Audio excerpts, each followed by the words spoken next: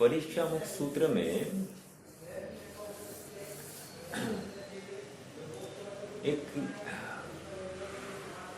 किसी भी बात की सिद्धि के लिए 5 पद्धति होती है, ये बताया है। उसी को आचार्य अमृतचंद्र अन्यथा अनुपपत्ति इस शब्द से संबोधित करते हैं। क्या कहा?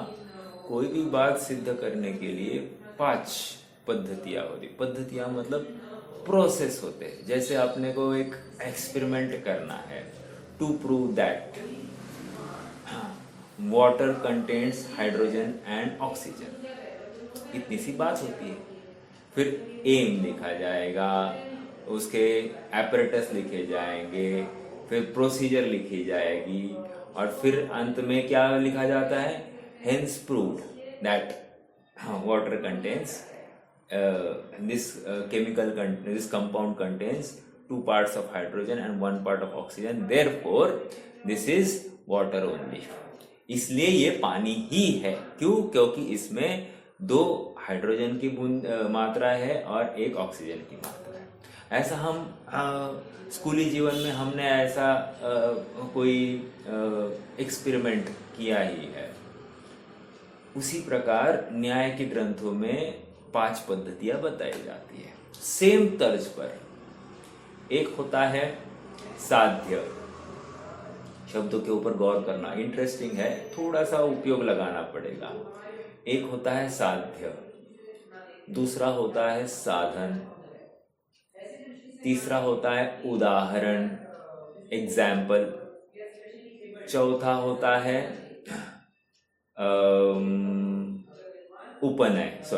उपनय, और 5वां है निगमन। क्या है? तीसरा है उपनय और चौथा है उपनय और 5वां है निगमन। बहुत इजी है, आप घबराना मत। पहला साध्य, दूसरा साधन, तीसरा इसको प्रमाण करने वाला एक हाथ उदाहरण, ठीक है, फिर चौथा उपनय और 5वां निगमन। क्या है? मैं आपको एक एग्जाम्पल देता हूं, थोड़ा सा मनोयोग से सुनिए, इंटरेस्टिंग है, सुनने जैसी बातें हैं। वहां अग्नि है, वहां अग्नि है, क्या हो गया? साध्य। क्यों? क्योंकि वहां धुआं है। ओके, साधन, ठीक है। अब तीसरा पॉइंट क्या था? उदाहरण। जैसे उदाहरण, जैसे मेरा चौका जहां पर चूल्हा चलता है, तो हमको चूल्हा चलने से वहां पर धुआं दिखाई देता है, लेकिन अग्नि नहीं होती है। एग्जाम्पल, तो उदाहरण दिया। अब क्या करना है? उपनय एंड फिर निगमन। उपनय क्या कहेंगे अपन? इसलिए वह धुआं है। उपनय क्या कह रहे हैं? इसलिए वह धुआं है। अब यह उल्टी बात चल रही है। उपनय इज एज गुड एज साधन का रिपीटिशन और निगमन इज एज गुड एज साध्य का रिपीटिशन। समझ में आ रहा है क्या? तो ज्यादा कुछ नहीं, साध्य और साधन ये 2 ही बातें हैं, बट ये 3 बातें क्यों? जो नया व्यक्ति होता है उसको समझाने के लिए। जहां न्याय की चर्चा चलती है वहां पर मात्र साध्य और साधन, इन 2 की ही चर्चा चलती है यूजुअली। उसमें उदाहरण, उपनय और निगमन ये गर्भित समझे जाते हैं। हर बार किसी को उसके ऊपर फोकस करने की जरूरत नहीं। जैसे अब फिर से एग्जाम्पल, ये अग्नि है क्योंकि यहां धुआं है। जैसे चूल्हे का घर, इसलिए ये धुआं ही है क्योंकि वहां अग्नि ही है। समझ में आया? ये हो गया 5 पद्धति से हमने किसी भी पदार्थ की सिद्धि की। अन्यथा अनुपपत्ति, अन्य प्रकार से अनुपपत्ति होती ही नहीं है, अविनाभावी ही होते हैं। क्या? साध्य और साधन अविनाभावी ही होते हैं। फिर से बोलता हूं, साध्य और साधन अविनाभावी ही, अविनाभावी अर्थात एक के बिना दूसरा होता ही नहीं है। बोलो मैं इतनी बात क्यों समझा रहा हूं? कोई थोड़ा सा फोकस्ड होगा तो मेरे भाव को समझने का यत्न करता होगा तो वो उत्तर दे सकेगा। मैं इतनी बात क्यों कर रहा हूं? ज्ञान के बिना जीव की सिद्धि नहीं होगी। राइट, अर्थात किसी भी वस्तु की सिद्धि करनी है उसके साधन को देखना पड़ेगा। साधन देखेंगे तो साध्य अपने आप पकड़ में आएगा। समझ में आ रहा है क्या?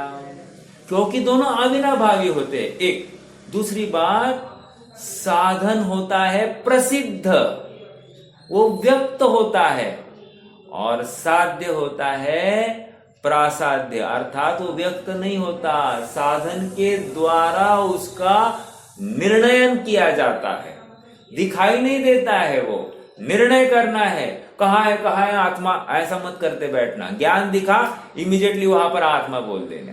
समझ में आ रहा है क्या? इतनी सब बातें इसके लिए थी। बहुत जबरदस्त है। न्याय आप पकड़ लोगे ना, खत्म। आपको ज्यादा उलझने की आवश्यकता नहीं है। लेकिन क्या है? निगमन इज रिपीटेशन ऑफ साध्य, इसलिए ये धुआं है, सॉरी, हाँ, इसलिए ये अग्नि है, आई एम सॉरी। साध्य का रिपीटेशन, और उपनय मतलब रिपीटेशन ऑफ साधन। समझ में आया? साधन का रिपीटेशन को कहते हैं उपनय, और साध्य के रिपीटेशन को कहते हैं निगमन। तो विद्वान वही कहते हैं क्या कि आप उदाहरण मत बोलो, उदाहरण की हमको क्या आवश्यकता है। निगमन क्यों बोलते हैं? रिपीटेशन बार बार वही बोल रहे हो, और उपनय भी मत बोलो। इसलिए ये तीनों को छोड़कर मात्र साध्य साधन की ही चर्चा न्याय ग्रंथों में फिर की जाती है।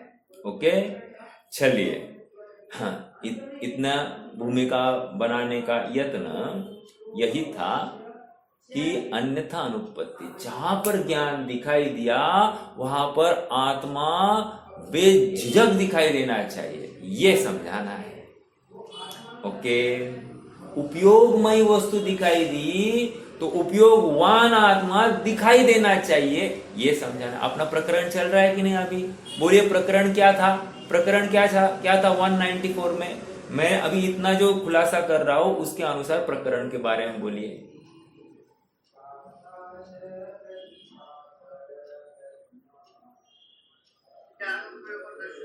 Very good. वो उपयोग, ज्ञान और दर्शन उपयोग, अर्थात साकार या निराकार, ये छोड़ दो, उपयोग दिखा, यह आत्मा दिखा, खत्म। आत्मा को प्राप्त करने का क्या जबरदस्त फॉर्मूला दिया है अपने सामने। सब समझ में आया ना हमको, लेकिन आत्मानुभव क्यों नहीं हो रहा है? आत्मानुभव इसलिए नहीं हो रहा है क्योंकि रुचि नहीं है। इसलिए यह कार्य कठिन क्यों है? क्योंकि रुचि के अभाव में कार्य कठिन होता है। सरल से सरल कार्य कठिन लगता है, और रुचि के चलते कठिन से कठिन कार्य सुगम लगता है। समझ में आ रहा है क्या? आज हमको शरीर के कार्य करना, भोजन करना, यहां से हवाई जहाज से अमेरिका जाना, अमेरिका से यहां आना, कितना सुलभ लग रहा है, इजी लग रहा है। ऑनलाइन अपन पेमेंट्स करते हैं, टिकट लेते हैं, यहाँ से वहां पैसा ट्रांसफर हो रहा है, सब कंफर्मेशन हो रहा है, सब कुछ हो रहा है, कितना इजी लग रहा है। लेकिन अपने आत्मा की सिद्धि अपने को सरल लग रही है क्या? नहीं ना। आत्मा की हयाती अपने को विश्वास हो रहा है क्या? नहीं। क्यों? रुचि नहीं है। कल मुकेश भैया का प्रश्न था, प्रश्न अंतिम में था और प्रश्न ये था कि साहब आत्मानुभव करने के लिए विकल्प करना पड़ेगा ना, वो भी विकल्प होगा और वो करना पड़ेगा। एक उदाहरण देता हूं मैं, उदाहरण शायद बैठेगा उसके साथ में। मैं किसी दुकान में गया और दुकान में जाकर मैंने कहा भाई साहब एक बढ़िया पंखा दीजिए। हालांकि पंखा अपने लिए ठीक नहीं है बट फिर भी उदाहरण तो ले लीजिए। और पंखा उसने पूछा 3 ब्लेड वाला चाहिए या 4 ब्लेड वाला चाहिए। मैंने कहा हम तो नहीं समझते लेकिन चलो 3 ब्लेड वाला दे दीजिए। तो 3 ब्लेड वाला ले लिया, लेकर आ गया, बिठा दिया। अब फिटर को बोला भैया 3 ब्लेड की हल किधर है, उसके 3 पंख नहीं दिख रहे हैं मुझे। अरे पंख नहीं दिख रहे लेकिन हवा तो आ रही है ना। आप प्रश्न तर्क के ऊपर समझना, पंख नहीं दिख रहे लेकिन हवा तो आ रही है कि नहीं। हवा आ रही है, ये इसी का परिचय है कि 3 पंख है। उसी प्रकार हाँ, विकल्प करता हुआ भी विकल्प नहीं कर रहा है। क्योंकि उसको विकल्प के ऊपर उसका उपयोग ही नहीं है, उसका उपयोग उपयोगवान पर है। तो विकल्प करता हुआ भी विकल्प का कर्ता क्यों नहीं हो रहा है? क्योंकि वो होते हुए विकल्प को मात्र जान रहा है। उसकी तो दृष्टि आत्मा के ऊपर है। आप पकड़ रहे हैं क्या? भाववान तो वो पर्याय हुई है, वो विकल्पवान वो पर्याय हुई है, अर्थात वो विकल्प उस पर्याय ने उत्पन्न किया है, लेकिन उसको अपने विकल्प का यत् किंचित भी कर्तृत्व नहीं है, स्वामीपना नहीं है। उसको पूरा स्वामीपना, अपनी प्रभुता उस वस्तु में दिखाई दे रही है, इसलिए उसको कर्ता नहीं कहा जा रहा है। पकड़ रहे क्या? हाँ, सभी जन पकड़ो। हाँ, पकड़ने की बात ये है। एक उदाहरण देता हूं, ये और अच्छे से बैठेगा। कोई महिला है, महिला को कहो तुम्हें दिन रात यहीं पे रहना है, यहाँ पर समर्पित रहना है, और सुनो तुम्हें अपने पीहर की बिल्कुल भी याद करनी नहीं, ना फोन करना है, ना कुछ बोलना है, ना कुछ करना है। मेरा प्रश्न ये है, वो महिला कितने समय के लिए यहाँ की बनी रहेगी? वेरी नेचुरली उसको जब कहा जाए कि तुम्हें वहां जाना नहीं, तो उसका बिना चाहे, बिना कुछ उद्यम किए उसका उपयोग अपने पीहर वाले में जाएगा, अर्थात अपनी माता पिता के बारे में वो निरंतर विकल्प करेगी। बिना चाहे, बिना विकल्प किए उसको विकल्प होगा। आप पकड़ रहे हैं क्या? फिर वो विकल्प का करता है या नहीं है? अरे वो विकल्प अपने आप हो रहा है, उसको कहा नहीं, ऐसा हो ही नहीं सकता। वो आ जाता है, किया नहीं जाता है। जहां पर रुचि है वहां पर विकल्प हो जाता है, विकल्प करना नहीं पड़ता, इसलिए इसको कर्ता नहीं बना, ऐसा वो बात चलती है। हालांकि विकल्प हुआ है ना, हम भी कह रहे हैं हुआ है, लेकिन उसकी स्वामित्व नहीं आ रहा है उसको, उस विकल्प का। ये मैं करूं, फिर आत्मा को ध्याऊंगा, ऐसे अब उसको कंडीशंस नहीं है। वो तो अब फल से ही उसका सारा नाता है। आप पकड़ रहे क्या? इसलिए धर्मी जीव कंडीशंस नहीं लगाता है, विकल्प करना पड़ेगा नहीं, वो हो जाएंगे। अब रुचि होते हुए अब इसको कुछ भी करना नहीं पड़ता है। ऐसी अध्यात्म की चर्चा है, अध्यात्म ऐसा बोलता है। समझ में आ रहा है क्या? और इसी को आप कहो तो हाँ, बुद्धिपूर्वक विकल्प है ना, लेकिन वो बुद्धिपूर्वक विकल्प भी उस विकल्प के अभाव के लिए है। और एक बात समझ में आ गई क्या? बुद्धिपूर्वक विकल्प भी उस विकल्प के अभाव के लिए है। यदि ये विकल्प भी चलते हैं, हमारा विरोध नहीं है उसके लिए। जैसे कलश में आचार्य अमृतचंद्र कह रहे हैं, मम परम विशुद्धि शुद्ध चिन्मात्र मूर्ते भवतु समय सार व्याख्या एवं अनुभूति। मैं ये व्याख्या क्यों लिख रहा हूं, ये विकल्प क्यों कर रहा हूं? मुझे भवतु समय सार, मुझे समय सार अर्थात निशुद्धात्मा की प्राप्ति हो जाए। समझ में आ रहा है क्या? इसलिए ये विकल्प है, अर्थात ये विकल्प भी विकल्प के अभाव के लिए है, इसलिए वो विकल्प का कर्ता नहीं बन रहा है, ऐसा कहा जाता है। ओके, चलिए, बहुत अच्छा प्रश्न था। आइए अब अपन और थोड़ा सा आगे चलते हैं। गाथा 194 195।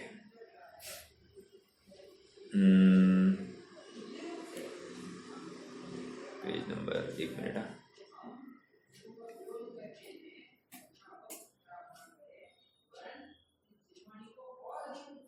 गाथा का पाठ कीजिए।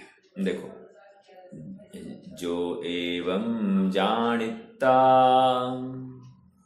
झादि परम अपगम विशुद्धपा सागारो नागारो खवेदिसो मोहदो गंठी। दो गंठिम, ठिम, वो ठी के ऊपर तिम्ब है, ठीक है। जोणिह द मोह गंठी, ये नी नहीं पढ़ना, न बाणाचा है, राइट। तो वहां पर जो अपना टंग का टिप है वो अपने तालू को रब करता हुआ दिखाई देगा। अगर रब किया है तो समझना आपने न बोला है, और यदि रब नहीं किया, न ऐसे दांत को आपका टंग का टिप टच हुआ, वो दंत्य वर्ण हो गया। और ये मूर्धन्य वर्ण है। मूर्धन्य वर्ण मतलब तालू से फ्रिक्शन करता हुआ। और सुनिए, जो तालू से फ्रिक्शन करता हुआ अक्षर का उच्चारण होता है ना, उससे पॉजिटिव वेव स्वयमेव आ जाती है। और देखना, आप प्राकृत में आपको न नड़ाचा, मतलब जो न वाला न है, मतलब क्या, कौन सा, नीलेश वाला न है, ओके, वो न आपको नहीं दिखाई देगा।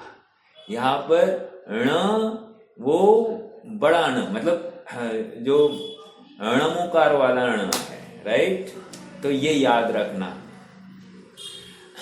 जोड़िय मोह गंठी राग पदो से खवीय सामण्णे होज्जम समसुह दुखो सो सुखम अक्षयम लहदी।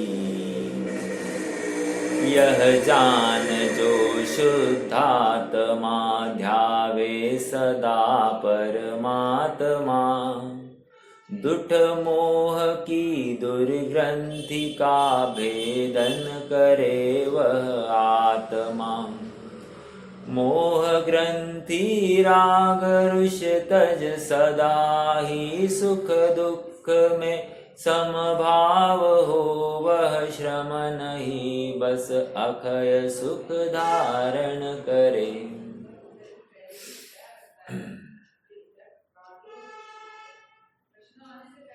चलिए, अब क्या है, पेज नंबर 429 पर आ जाइए, सेकंड पैराग्राफ।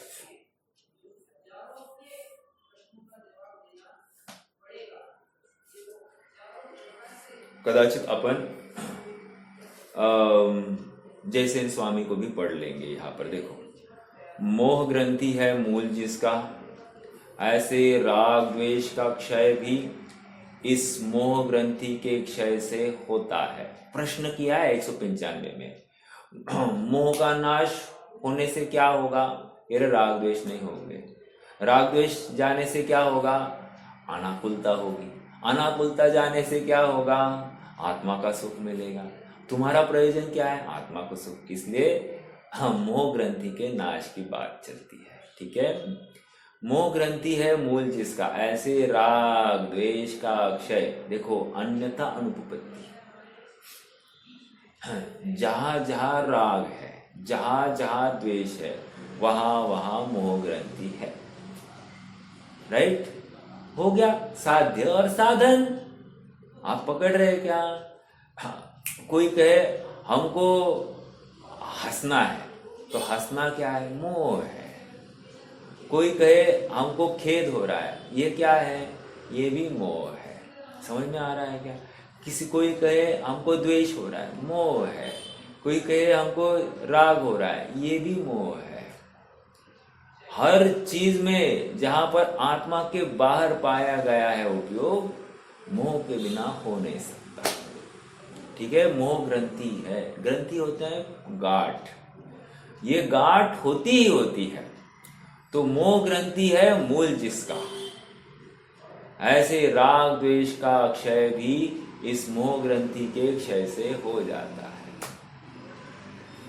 अर्थात राग द्वेष का आधार क्या था? मोह था। और मोह का आधार क्या था? विपरीत अभिनिवेश रूप श्रद्धा। अर्थात जैसी वस्तु है वैसी नहीं देख रहा है, जैसी नहीं है वैसी मान रहा है। समझ में आ रहा है क्या? अर्थात अपने को ज्ञानवान होते हुए भी अपने को इंद्रिय वाला देखता है, अपने को खाने पीने वाला नहीं होते हुए भी खाने पीने वाला देखता है। एक टाइम भोजन नहीं करता है तो क्या लगता है इसको? अरे कितने दिन हो गए, कितना दुबला हो गया, ये क्या हो जाएगा, खराब हो जाएगा। अर्थात हमको नहीं खाने पर शरीर की कमजोरी का कितना ख्याल है। लेकिन आत्मा का जो भोजन है, ज्ञान भोजन, निरंतर अपने चैतन्य में विलास करना, अपनी चैतन्य सत्ता का विश्वास करना, ये हमको एक क्षण भी सुहाता नहीं है। और हमको यत्किंचित खेद नहीं है, हमको भय भी नहीं है, या हमको ऐसा कुछ लगता भी नहीं कि हमने कुछ नहीं किया है, कुछ चूक रहे हैं, ऐसा कुछ भी नहीं लग रहा है। ये क्यों हो रहा है? रुचि के अभाव में। और ये मोह उसकी वजह से यहाँ पर पनप रहा है। हाँ बोलिए।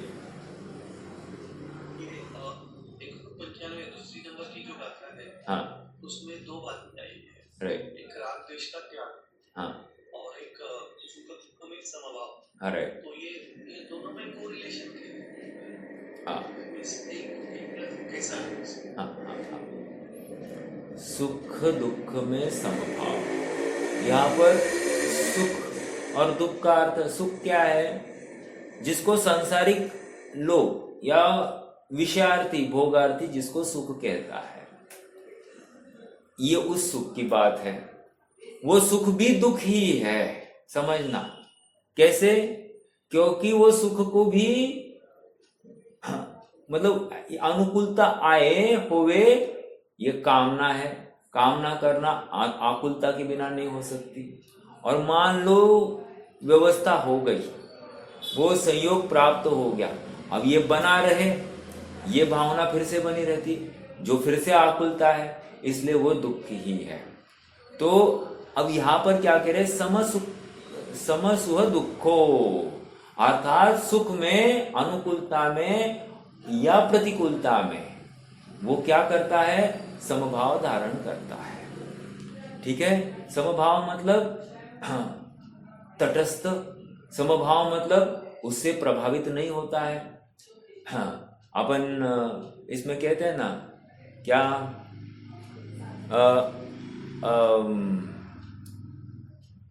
प्रति अनुकूल संयोगों में, सॉरी, प्रतिकूल संयोगों में क्रोधित होकर संसार बढ़ाया है। एक हो गया ये क्या?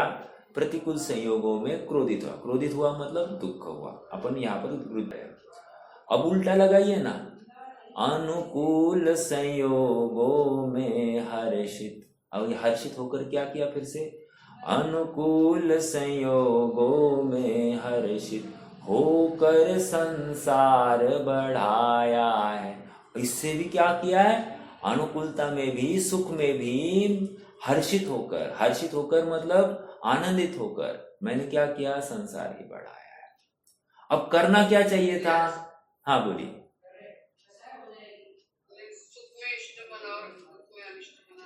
Right, right, right, right. किसी मतलब इष्टपना नहीं होना, अनिष्टपना नहीं होना। जबरदस्त, समझ में आ रहा है क्या? अर्थात हम निरंतर या तो इष्टपना करते या तो अनिष्टपना कर रहे हैं। अपने उपयोग का आधार साम्य भाव नहीं है। और साम्य भाव क्यों नहीं है? क्योंकि उपयोग बाहर है। उपयोग बाहर है मतलब विकल्प कर रहा है।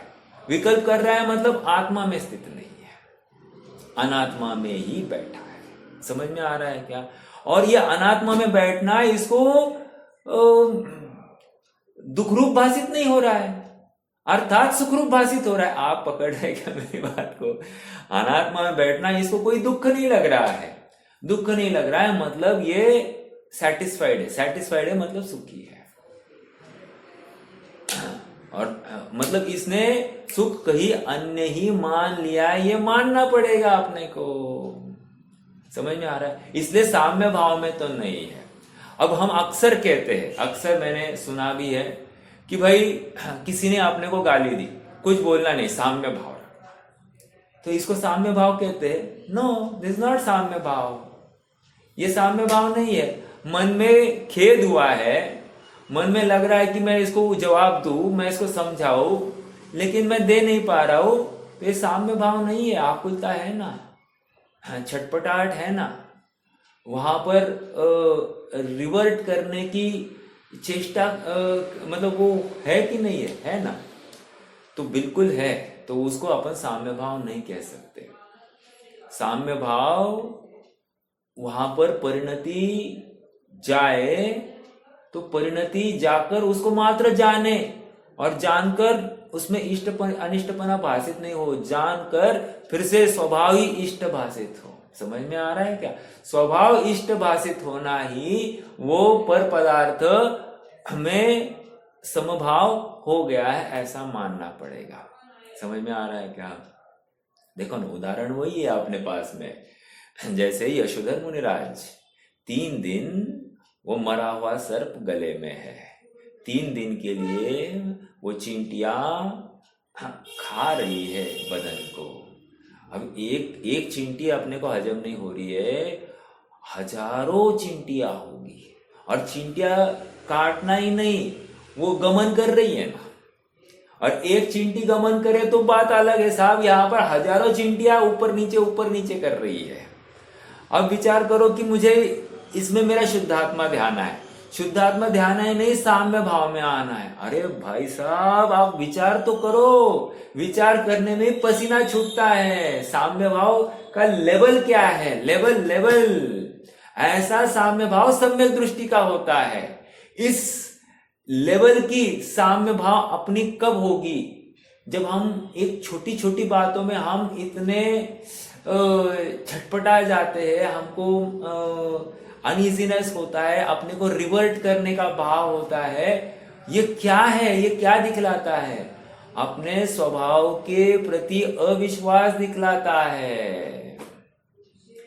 बहुत गंभीर है ये शासन। मतलब साम्य भाव की आपने चर्चा करी ना, मतलब ये इसका लेवल अपने को आइडेंटिफाई करना पड़ेगा कि हम कहाँ बैठे हैं।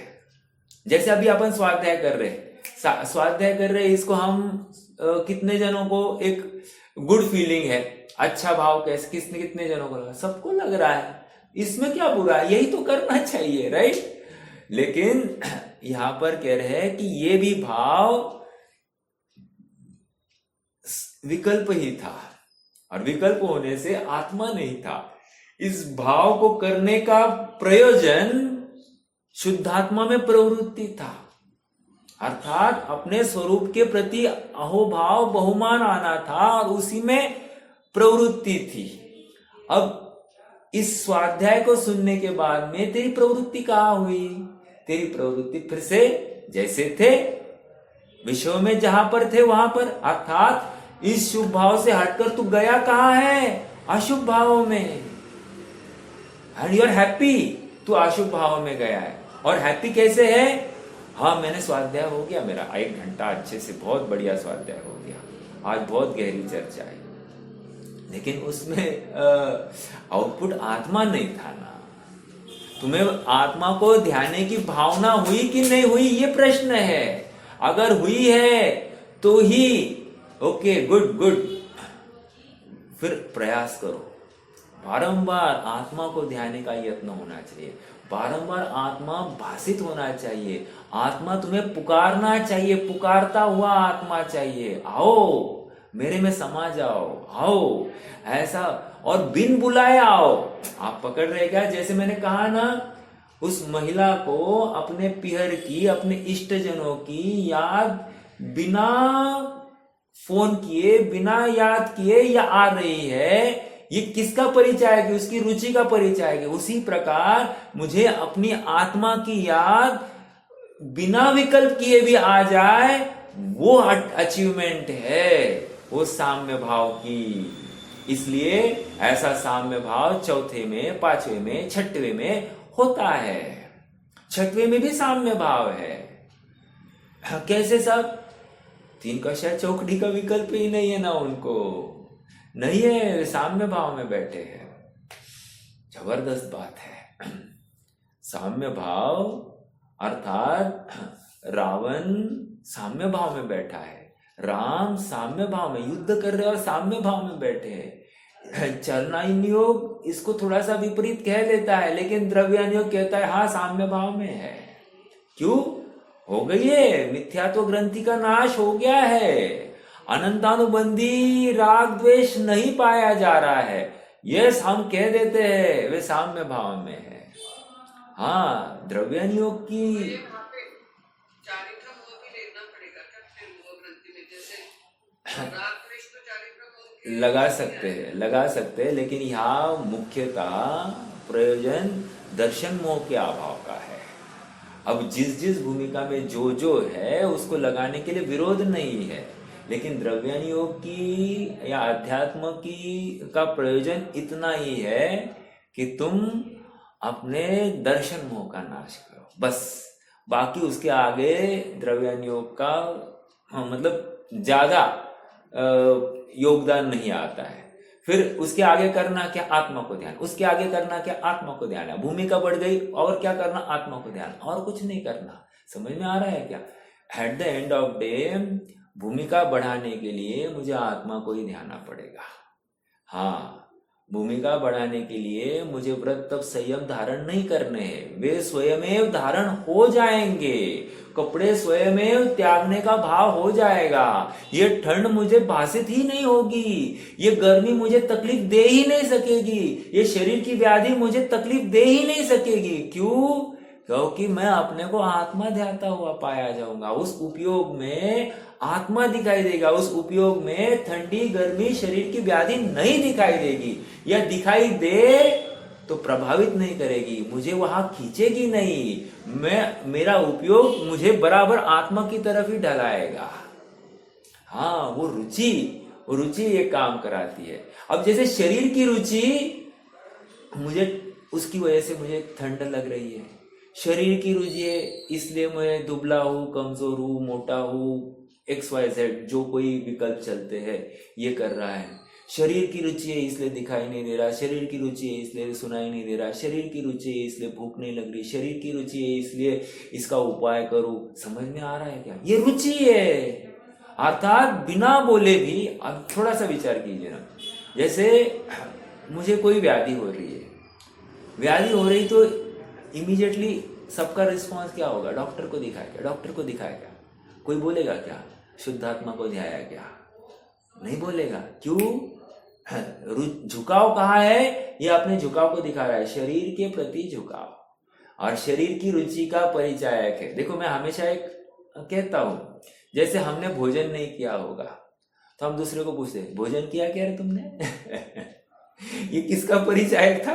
हमने भोजन नहीं किया है, इसका परिचायक था। अर्थात हम वही पूछते हैं जो हमको बार बार टीस लग रही है उसकी। अर्थात हमारा झुकाव, हमारा उपयोग का झुकाव उस विकल्प को शांत करने की तरफ है, इसलिए वो बात आती है। तो ये साम्य भाव, इष्ट अनिष्ट न कोई जग में, निज मन माही विचारे जो, स्वानुभूति बिन परिणति सुनी, स्वानुभूति बिन परिणति सुनी। हाँ, इतनी बड़ी बातें कही है ना। विचारणीय है ये सब। ये बात मतलब वही है वहां पर लिखी है, ठीक है। क्या आ गई बात? समस्व दुख क्या है? समस्व दुखो सो होज्जम समस्व दुखम।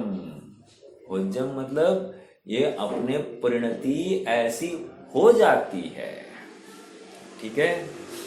ऊपर की लाइन में क्या कहा? निहत मोह ग्रंथि।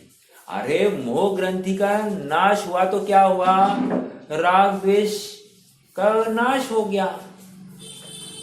और राग द्वेष का नाश होने पर क्या हो गया? समभाव प्रकट हो गया। और वो समभाव कैसा होता है? सुख और दुख से में इष्ट अनिष्ट पने से रहित होता है। देखो, यदि हमको धर्म ध्यान नहीं हो रहा है तो स्वयं नेचुरली अर्थ ध्यान या रौद्र ध्यान हो रहा है।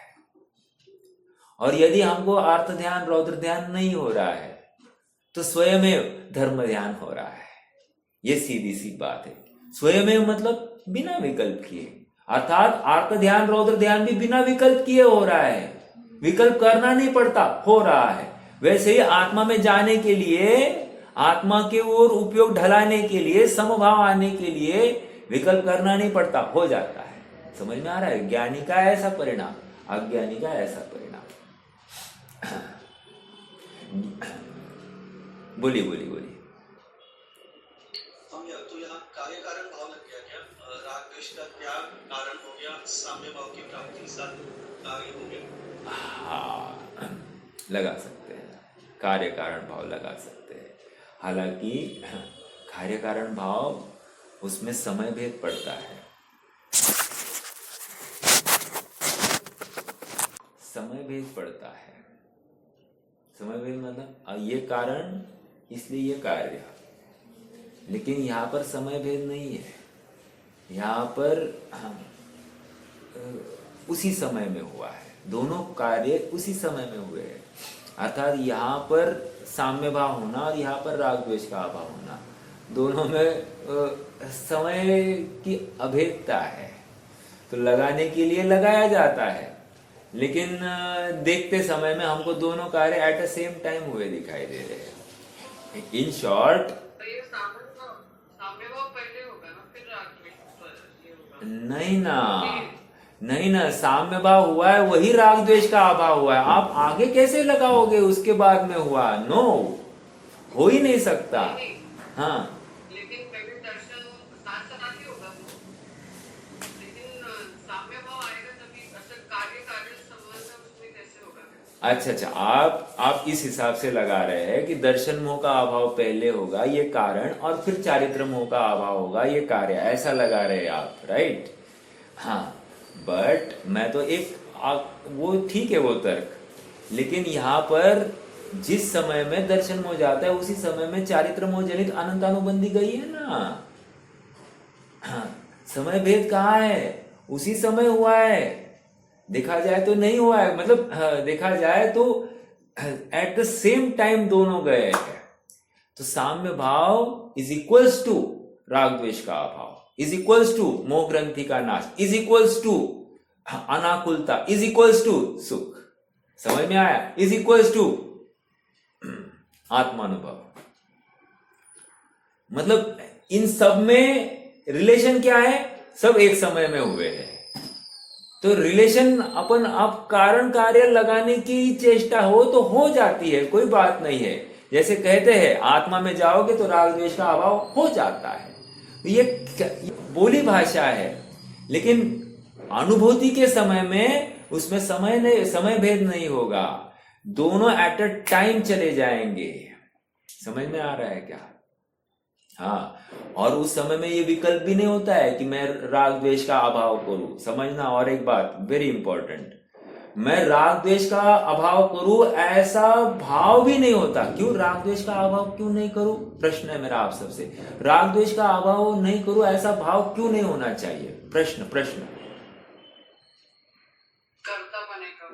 कर्तापने का भाव, ठीक है। और थोड़ा सा अच्छा, वहाँ राग द्वेष भाव का सहज का अभाव हो रहा है ना, आत्मानुभूति हो रही है। हाँ, तो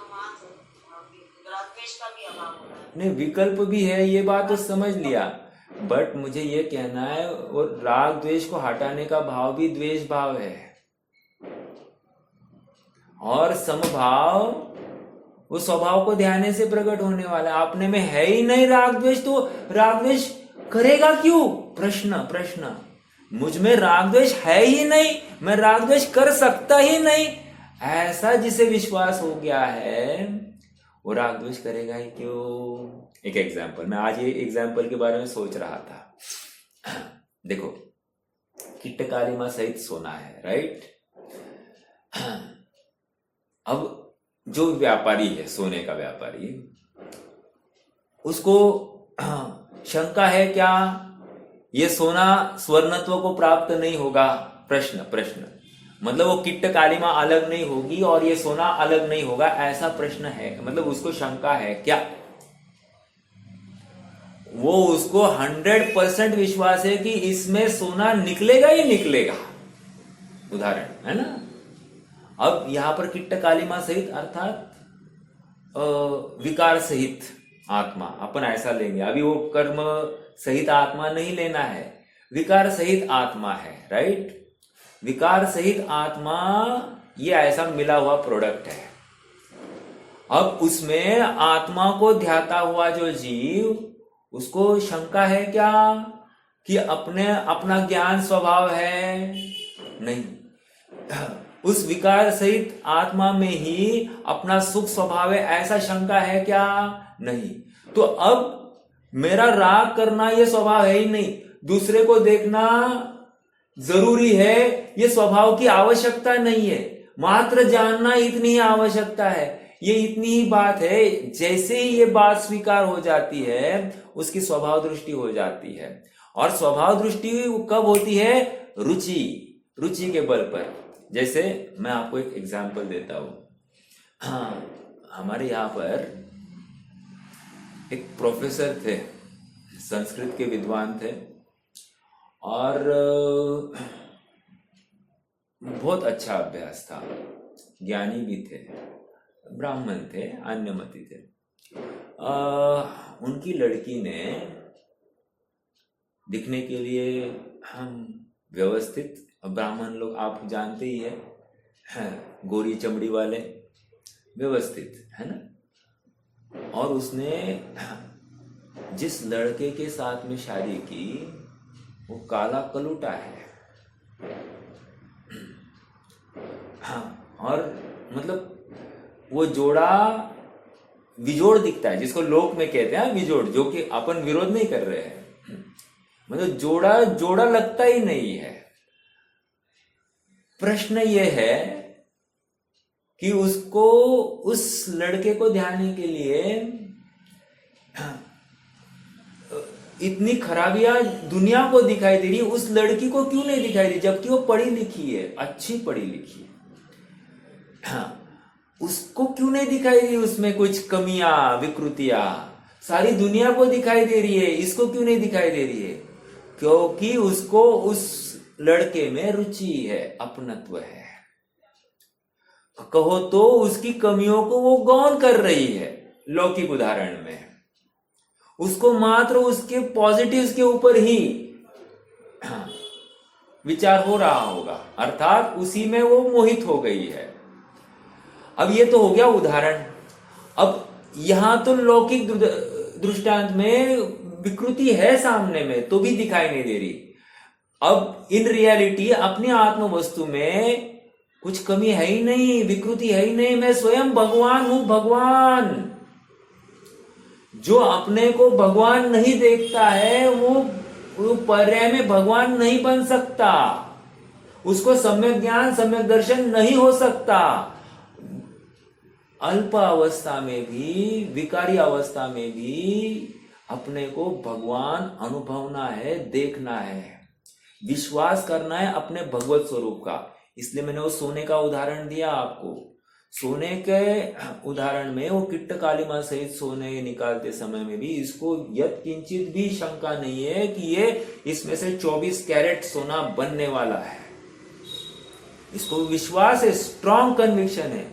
उसी प्रकार हमको भी ऐसे मिलावट वाले आत्मा में भी ये 24 कैरेट वाला शुद्ध भगवान यही पे विद्यमान है, और ये मैं ही हूं। इसी उपयोग में, वर्तमान उपयोग में भगवान यहां पर विद्यमान हो, उन्हें बाद में होगा ऐसा नहीं।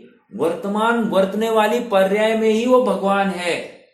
देखो, और तुम्हें अपनी प्रभुता नहीं दिखाई दे रही है, यह अपनी कमजोरी है।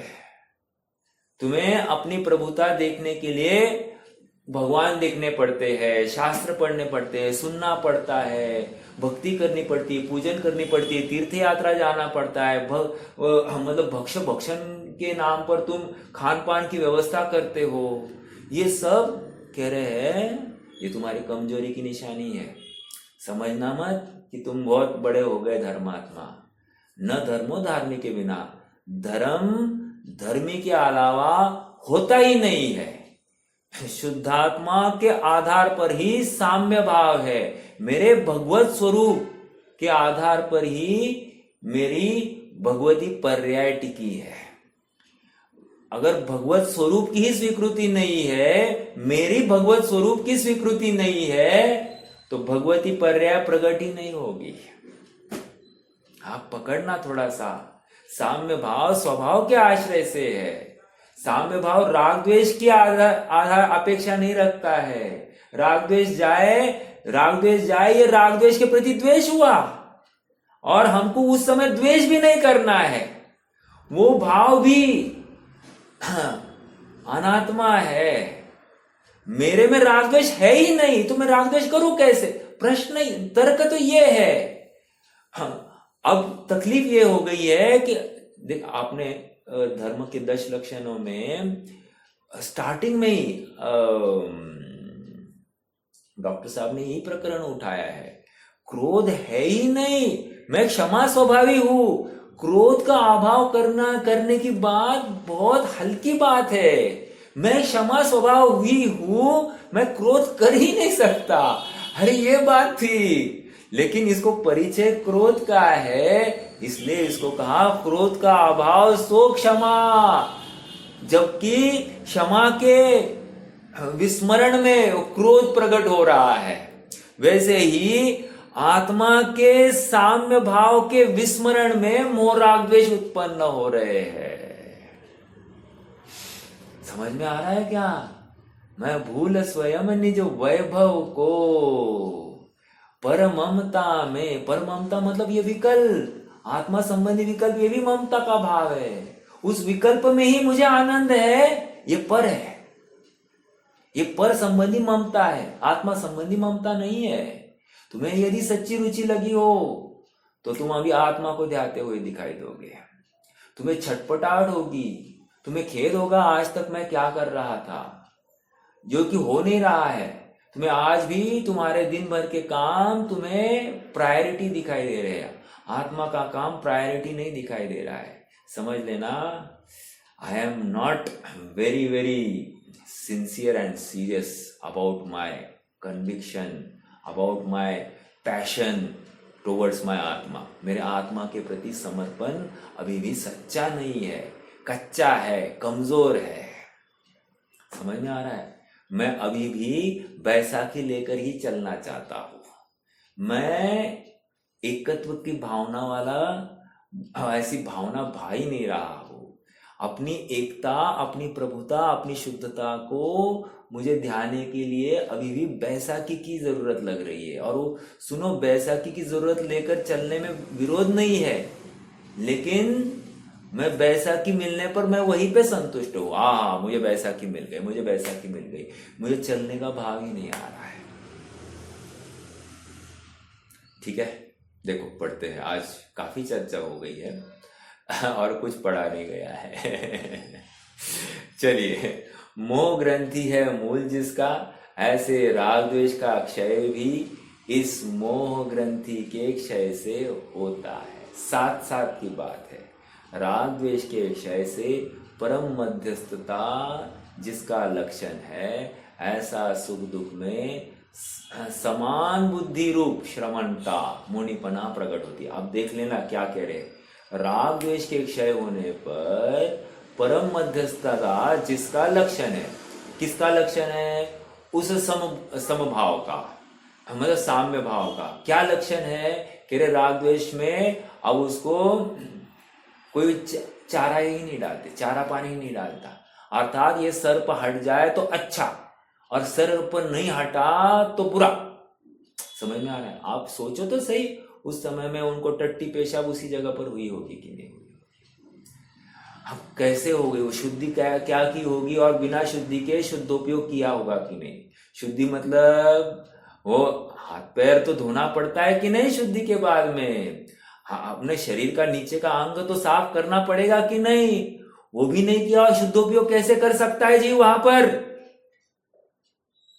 ओहो हो, साम्य भाव की लेवल देखो, लेवल साम्य भाव की। मतलब यशोधर मुनिराज का उदाहरण आपने सामने नहीं होता तो बहुत तकलीफ का, मतलब ये उदाहरण खड़े करने हैं।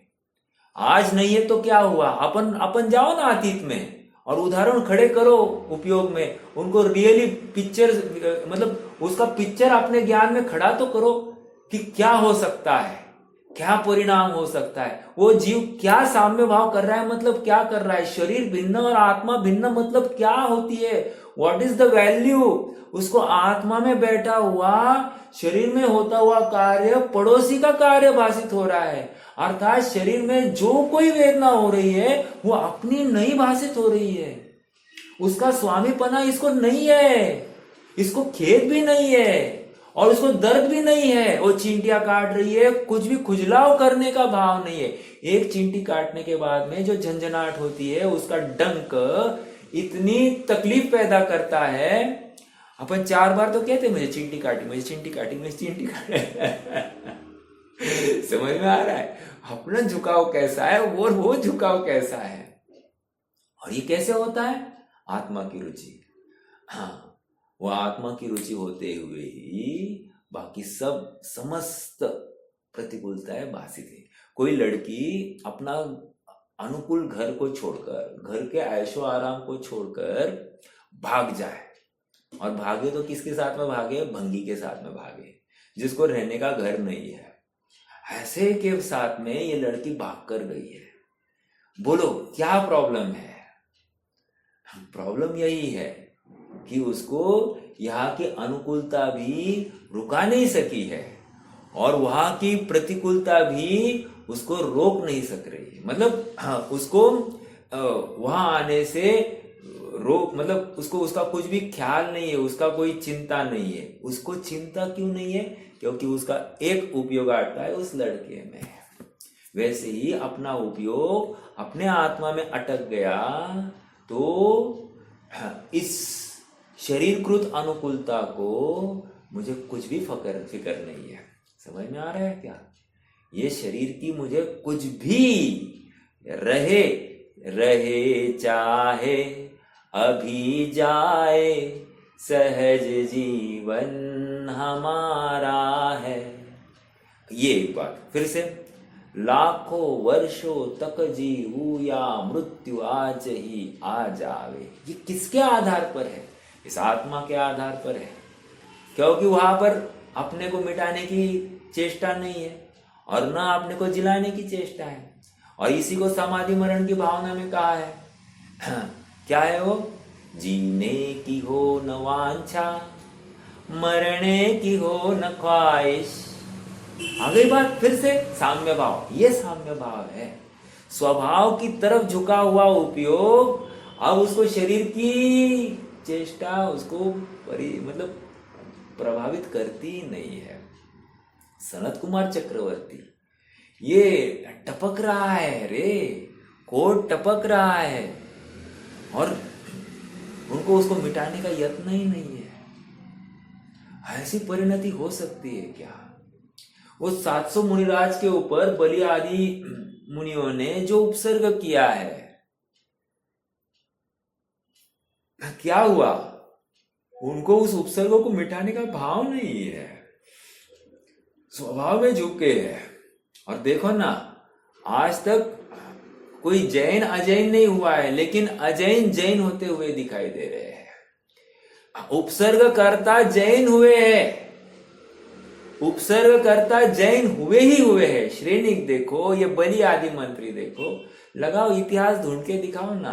अरे कमट भी, कमट का जीव वो देव की पर्याय में जो उपसर्ग कर रहा है उसके बाद में वो भी जैनी बन गया। अब कहते हैं कि वो भी अब मोक्ष जाने वाला है होने वाली ये सब बातें। उपसर्ग कर्ता भी जैन ही होता है, अर्थात उसको स्वभाव की महिमा आती ही आती है।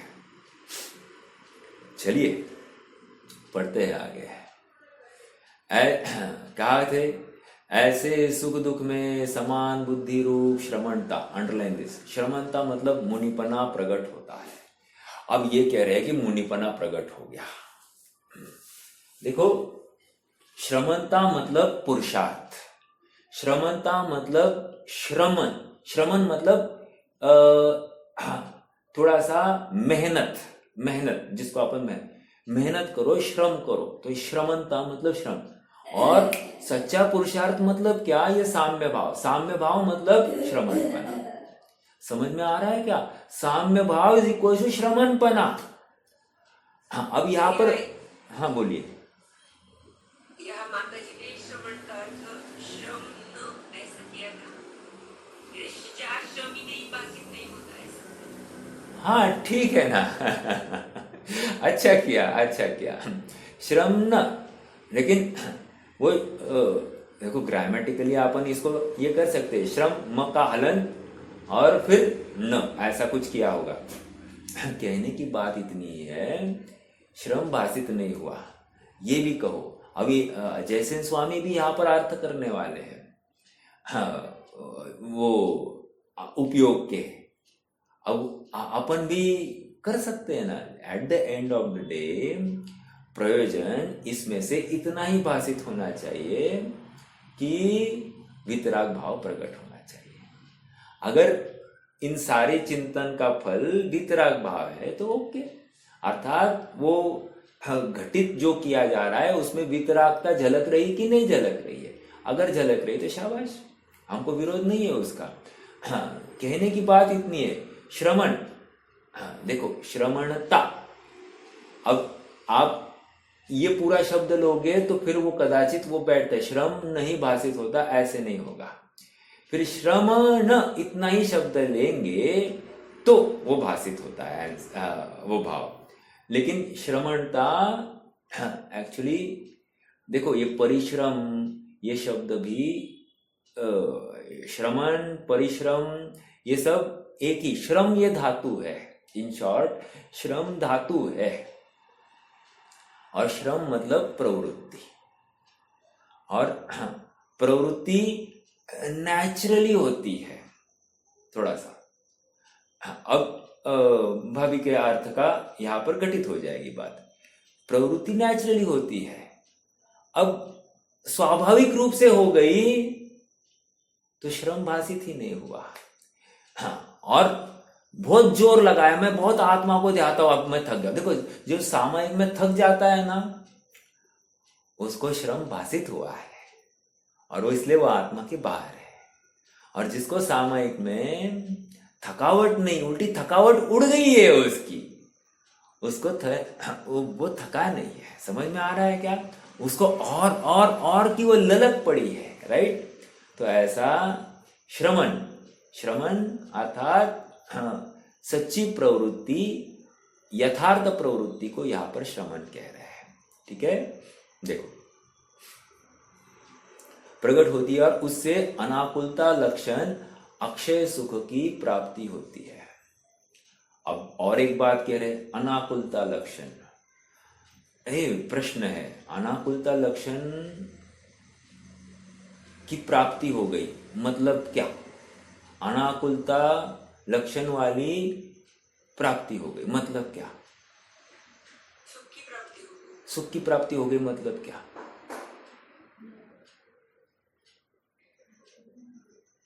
आत्मा को अनुभव करें। बस आत्मा की प्राप्ति हो गई, नथिंग मोर देन दैट। इसका मतलब क्या? अनाकुलता इक्वल टू आत्मानुभव, अर्थात आत्म सन्मुखता, आत्मा के प्रति एक तार जुड़ा ही होता है। समझ में आ रहा है क्या? अब इसको एनालिसिस में अपन आगे फिर शुद्ध परिणति, शुभोपयोग, अशुभोपयोग, शुद्धोपयोग ऐसे सब डिवीजन कर लेते हैं। बट समझाने की बात इतनी ही है कि वो उस समय में भी मान लो 6वें गुणस्थान में है तो वो सुखी है कि नहीं है अनाकुलता। और वो अनाकुलता 3 कषाय चौकड़ी के अभाव पूर्वक वाली कह रहे हैं हम। वर्तमान उपयोग को मत ले लो, कषाय चौकड़ी के अभाव में है ना, वो दर्शन मोह के अभाव में है ना अनाकुलता, तो उसकी चर्चा चल रही है यहाँ पर। ठीक है, तो अनाकुलता के लेवल हीनादिक हो सकते हैं, लेकिन प्रोसेस आत्मा का अवलंबन ही है। आत्मा के अवलंबन के अलावा अन्य कोई भी प्रोसेस नहीं है। हाँ, बस भूमिका बढ़ाने के लिए आत्मा के अवलंबन की अधिकता, मात्रा बढ़नी चाहिए। बस डोज जैसे ही बढ़ा, रोग वैसे ही घटा, और डोज कम हुआ तो रोग फिर से फैल गया। समझ में आ रहा है क्या? ऐसा है। चलो, समय तो हो गया है, अपना रुकना जरूरी है। देखते हैं, अपन कल चर्चा करेंगे।